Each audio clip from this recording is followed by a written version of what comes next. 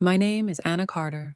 I'm 52 years old, and I made the quietest decision of my life that echoed louder than any scream. I asked for a divorce. No fights, no tears, no shouting, just one signature, and 30 years of silence finally ended. Every morning for 30 years, I made my husband, David Carter, his tea. 1 spoon of sugar, a little milk, and a lot of silence. He read the newspaper. I read his face. He talked about the world. I talked to myself. One morning, I asked softly, David, have you ever wondered how I feel? Without lowering his paper, he replied, You're fine. Don't start with your moods again. That was the day silence stopped being peace and started feeling like a cage. I wasn't the type to argue. I endured. His indifference, his sarcasm, his control. He'd often say, You're lucky you have me. I used to smile faintly and think, maybe I'm not lucky, just stuck.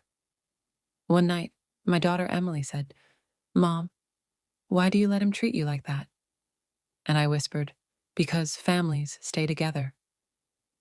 But deep down, a voice said, No, Anna, families don't survive without respect.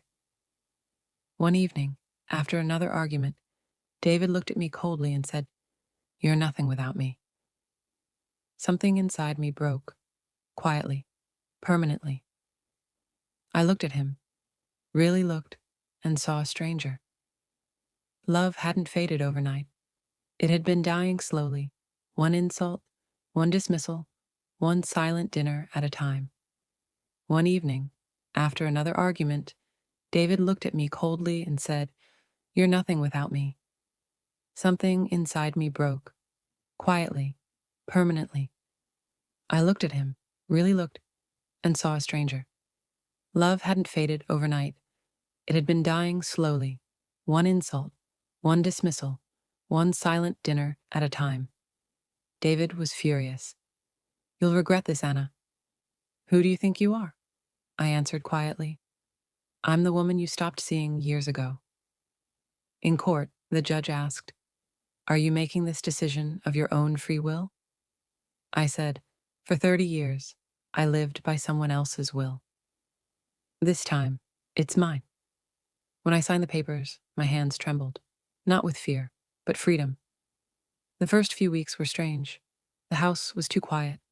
No footsteps, no tension, just space. At first, I felt lost. Then, I felt alive. I unpacked my old art supplies, the ones David called a waste of time. And for the first time in decades, I painted.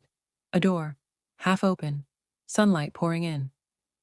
Emily came home one day and asked, Mom, do you ever regret it? I smiled, only that I waited so long.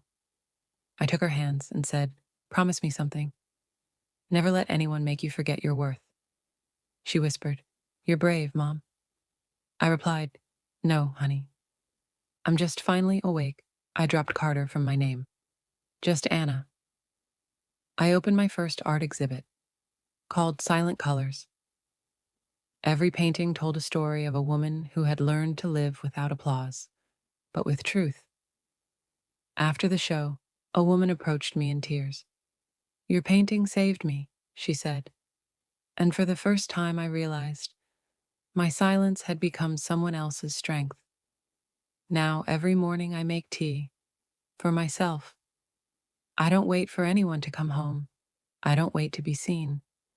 I look in the mirror and say, I see you, Anna. Love still feels beautiful to me, but now I know real love never asks you to shrink. I, Anna Carter, after 52 years, am finally alive, on my own terms. If someone asked me today, what was the cost of your silent divorce? I'd say 30 years, a few tears, and the courage to finally hear my own voice. Because I've learned a woman's true freedom isn't in leaving a man. It's in finally coming home to herself.